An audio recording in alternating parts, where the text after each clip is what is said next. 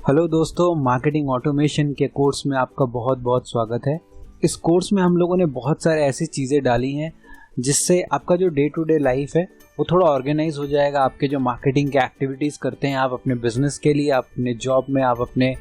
जो भी आप ब्रांड संभालते हैं या आप अपने क्लाइंट्स की वेबसाइट संभालते हैं, तो उसमें जितने टाइप के आप मार्केटिंग एक्टिविटीज़ करते हैं उनको एक ही प्लेटफॉर्म में आप किस तरह से इंटीग्रेट कर सकते हो। ऑब्वियसली हम लोग एक और प्लेटफॉर्म है, एक और ऐसा सिस्टम है ज़ेपियर, जिसके थ्रू हम लोग डिफरेंट एप्लीकेशंस के बीच में बॉन्ड बना सकते हैं। बट हम लोग इसमें देखेंगे कि एक्चुअली ऑटोमेशन, जो मार्केटिंग ऑटोमेशन होता है, हम लोग मार्केटिंग एक्टिविटीज़ को किस तरह से, वर्क फ्लो को हम लोग ऑटोमेटेड कर सकेंगे। सो सबसे पहले जो हम लोग शुरू करेंगे दोस्तों, इंट्रोडक्शन पे मैं क्लिक करता हूँ क्योंकि इसको थोड़ा सा जूम कर लेते हैं। परफेक्ट। सो ये जो मार्केटिंग ऑटोमेशन है ये क्या है,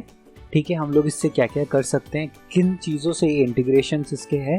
वेबिनार्स क्या होते हैं और किस तरह से हम लोग इसको अपने बिजनेस के लिए बेनिफिट कर सकते हैं, ई कॉमर्स में कैसे हेल्प करता है, क्लिक एंड ओपन ट्रैकिंग क्या होता है, और हम लोग इसमें एक एक्टिविटी करेंगे जहाँ पे हम लोग ये पूरा सेटअप करके देखेंगे। तो सबसे पहले कि आखिर ये है क्या। तो कोई भी बिजनेस में या कोई भी एक प्रोसेस में ऑनलाइन जब आप किसी चीज़ को करते हो तो वो एक प्रोसेस से होके गुजरता है। कोई भी अगर आपके लैंडिंग पेज पे आता है, आप कोई एक प्रोडक्ट सेल कर रहे हो या आपका कोई भी जो एंड गोल है वो अचानक से पहले मीटिंग में तो आपका मीट होगा नहीं। उसके लिए आपको टाइम लेके धीरे धीरे अपने लीड को नर्चर करना पड़ेगा और वैल्यू क्रिएट करना पड़ेगा। आपको अपने यूज़र्स के साथ अपना ट्रस्ट बिल्ड करना पड़ेगा, तभी वो आपका प्रोडक्ट खरीदेंगे, ठीक है। तो अभी जब स्टेज 1 रहता है तो वो आपको अभी नहीं जानते हैं, सो आप धीरे धीरे उनको नर्चर करना है, उनको डेवलप करना है, आपको उनके सामने अपना जो इमेज है वो पूरा बिल्ड करना है, और तब आपका जो एंड गोल होता है ना वो पूरा होता है। सो वो करने के लिए हम लोग जो स्टेप्स रिक्वायर्ड है वो स्टेप्स आप पूरा का पूरा, जब आप ऑनलाइन आते हो तो वो सारे के सारे जो स्टेप्स हैं ना आप उनको ऑटोमेटेड करके रख सकते हो। इसका एक बहुत अच्छा बेनिफिट ये है कि जैसे जैसे जो आपका यूज़र होता है वो एक एक स्टेप कंप्लीट करता जाता है, वो ऑटोमेटिकली नेक्स्ट स्टेप पे चला जाता है, और उस टाइम पे जो एक्शंस आप रियल लाइफ में आपको मैनुअली लेना पड़ता, इन पर्सन लेना पड़ता, ऑनलाइन सिस्टम में वो सारे ऑटोमेटिकली हो जाता है। एग्जाम्पल के लिए आपको बताऊं, आप इमेजिन करो कि आपका एक कार का शोरूम है। सबसे पहले एक वॉक इन आता है, तो आपने वॉक इन जब आपके पास आया, कुछ उसने कार्स चेकआउट किए और उसके बाद आपने उसके डिटेल्स ले लिए, आपने उसका नाम, ईमेल आईडी, फ़ोन नंबर वगैरह उनका ले लिया, और फिर आप 2 दिन वेट करके आप देखते हैं कि यार जो हमारा डिटेल्स लेके गया था वो ऑटोमेटिकली वो जो कस्टमर है वो हमें कॉल करता है कि नहीं, वो इंटरेस्ट शो करता है कि नहीं। अगर नहीं करता है तो आप 2 दिन वेट करके उनको कॉल बैक करते हो, आप फॉलो अप करते हो, फिर अगर वो कन्विंस होता है तो ठीक है, नहीं तो आप कुछ दिन और रुक के उसको आप ऑफ़र करते हो, एनकरेज करते हो अपना सेल क्लोज करने के लिए, उसके जो प्रॉब्लम्स है आप उनको क्लोज करने की कोशिश करते हो। और साथ ही साथ अगर कुछ दिनों में वो नहीं होता है तो आप उनको कोई एक तरह का इंट्रिग करने के लिए आप एक तरह का कूपन वगैरह उनको दे के उनको आप एनकरेज करते हो कि अपना जो ऑर्डर है वो आपके साथ गो हेड करें उस प्रोसेस में, ठीक है। तो ये एक स्टेप बाय स्टेप प्रोसेस है। पहली बार आपके स्टोर में कोई आया और एक चीज़ आपसे ख़रीद लिया, ऑनलाइन ये होने के चांसेस थोड़े कम है, अनलेस आपका प्रोडक्ट बहुत ही चीप हो, ठीक है। तो इन सारे प्रोसेसेस को जब आप ऑनलाइन करते हो तो उनको ऑटोमेट करने से ये बेनिफिट है कि आपको हर एक टच पॉइंट्स में खुद अवेलेबल नहीं रहना पड़ेगा। फॉर एग्जांपल, जैसे अगर कोई आपकी वेबसाइट में आके आपका कार का एडवर्टाइजमेंट देखता है, अगर आपका ई कॉमर्स है और आपने उसमें कार के बारे में डिटेल्स दे के रखा है, आपका एक रिव्यू वेबसाइट है, आपने कार के बारे में बहुत सारी तरह की डिटेल्स उसमें लिख के रखी है, तो जो यूज़र है जब वो आके देख के चला गया है और आपने लीड्स ले लिए हैं तो ऑटोमेटिकली 2 दिन बाद एक फॉलोअप ईमेल चला जाएगा, एक SMS चला जाएगा, आपको इंटीमेशन आ जाएगा कि यार जो आपका जो यूज़र है वो ये दोनों स्टेप्स कर चुका है, मे बी उसने इंटरेस्ट शो किया नहीं शो किया वो भी आपको मालूम पड़ जाएगा इस ऑटोमेशन फनल में। साथ ही साथ आप देख सकते हो उसके बिहेवियर को आप एनालाइज करके कि उसको किस टाइप की चीज़ें जाननी है, क्या उसको कार के बारे में डिटेल्स जाननी है, क्या कुछ ऐसी चीज़ है जो वो अभी भी फियर करता है और आप उसको क्लैरिफाई कर सकते हो उन चीज़ों को, तो ऑटोमेटिकली फनल उन सारे चीज़ों को धीरे धीरे क्लियर करके आपका जो एक कोल्ड ऑडियंस था, उसने रैंडमली उसको कहीं से एडवर्टाइजमेंट दिखा, उसको अच्छा लगा, उसने आपका वेबसाइट चेक किया, आपने वो इंटरेस्ट बिल्ड कर दिया। आपका जो ऑडियंस कोल्ड था आपने उसको धीरे धीरे वार्म कर दिया, और फिर आप अपना प्रोडक्ट पिच करते हो, फिर आप अपना सर्विस पिच करते हो, या जो भी आपका एंड गोल रहता है आप पिच करते हो, और कस्टमर उसको खुशी खुशी खरीद लेता है। तो हमारा जो पहला पॉइंट था व्हाट इज़ इट, वो मैं यहाँ पे जैसा लिख के रखा हूँ कि नाम से जो आपको मालूम पड़ रहा है मार्केटिंग ऑटोमेशन, यानी कि आपका जो भी मार्केटिंग एक्टिविटीज़ है उनको ऑटोमेट करने का जो पूरा सॉल्यूशन है वो पूरा मार्केटिंग ऑटोमेशन के अंदर आता है। ठीक है, सेल्स फनल का भी मैं एक एग्जांपल आपको दिखा देता हूँ। देखिए, एक सेल्स फनल का एग्जांपल है, क्रेजी एक वेबसाइट है, मैंने वहाँ से ये लिया है। ठीक है, तो जो स्टेप बाय स्टेप देखिए फनल से जाता है, तो सेल को कंप्लीट होने के पहले हम लोगों को बहुत सारे ऐसे फनल से गुजरना पड़ता है। स्टेप 1 आप यहाँ पे लीड लेते हो, स्टेप 2 सेल्स कॉल आप करते हो, फॉलो अप करते हो, फिर आप धीरे धीरे उनको नर्चर करके अपना सेल क्लोज करते हो। सो यहाँ से जब आप अपॉर्चुनिटी को भांपते हो कि हाँ मेरे पास एक अपॉर्चुनिटी है, आप धीरे धीरे उनके साथ बने रहते हो और परसिस्टेंस के साथ आप सेल क्लोज करते हो। सो पॉइंट है कि जो ये स्टेप्स होते हैं एक फनल के, उनको स्टेप बाय स्टेप लेके जाने के लिए आपको एक प्रोसेस की ज़रूरत है। आप ऑब्वियसली ये मैनुअली कर सकते हो, वही प्रोसेस जो बिल्ड करता है, वो जो सॉफ्टवेयर होता है, वो एक मार्केटिंग ऑटोमेशन सॉफ्टवेयर कर सकता है। ठीक है,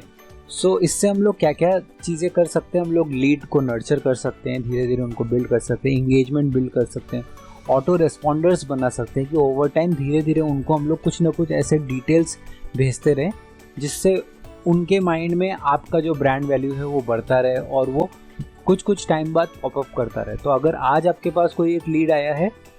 और आपका जो प्रोडक्ट है वो थोड़ा सा अगर कॉस्टली है, तो आप ये एक्सपेक्ट करिए कि आप कैसे उनको आज से 1 महीने बाद आप क्लोज करेंगे, आप 1.5 महीने बाद क्लोज करेंगे। तो ये जो 45 डेज़ का ड्यूरेशन है, उस ड्यूरेशन में आप किस तरह से उनको नर्चर करेंगे, वो सारी चीज़ें होती हैं मार्केटिंग ऑटोमेशन की। लैंडिंग पेज आप किस तरह क्रिएट करते हो, अपने ईमेल कैंपेन से आप लैंडिंग पेज पे भेजते हो, क्या क्या चीज़ें होती हैं लैंडिंग पेज में, कैसे बनाते हैं, ये सब हम लोग इस कोर्स में डिस्कस करेंगे। उसके बाद कस्टम ऑडियंस का आपको इसमें फीचर मिल जाता है। सो अगर आपने फेसबुक के बारे में आपको थोड़ा आइडिया होगा, या आपने फेसबुक का कोर्स किया होगा, या आपने कभी भी कस्टम ऑडियंस चलाया होगा, तो फेसबुक में कैसा होता है, आपके पास जो भी ऑडियंस है जो आपके वेबसाइट पे आती है, या आपके पास उनके आपके पास एक लिस्ट है उनकी ईमेल आईडीज़ का, फ़ोन नंबर का, नाम का, जो भी आपके पास कस्टमर्स, इन लोगों को टारगेट करने में आपको फेसबुक एड्स थोड़ा आपको सस्ता पड़ेगा। नए नए कस्टमर ढूंढने से ये है कि ऑलरेडी जो आपके कस्टमर्स आपके बारे में जानते हैं, आप उनको अपना प्रोडक्ट दिखाओ। तो जब कस्टम ऑडियंस से आपका इंटीग्रेशन ऑलरेडी हुआ रहता है, आपके मार्केटिंग ऑटोमेशन का प्लेटफॉर्म हुआ रहता है, तो ये साथ ही साथ रियल टाइम में जैसे जैसे आपका जिस स्टेज में आप सेट करके रखोगे, उस स्टेज में आपका जो लीड का डिटेल्स है वो आपके कस्टम ऑडियंस यानी कि फेसबुक के साथ भी इंटीग्रेटेड होता है और आपके कस्टम ऑडियंस वाले लिस्ट में चला जाता है। तो मैं यहाँ पे लिस्ट इंटीग्रेशन भी मेंशन कर देता हूँ। तो इससे क्या होगा कि आप कंसिडर करो कि आपका जो फनल है, आप एक जगह पे ऐसा आपने डिफाइन करके रखा है कि यहाँ पे फॉलोअप आपने कर लिया है और कस्टमर इंटरेस्टेड है, और आपने वहाँ पे टैग किया,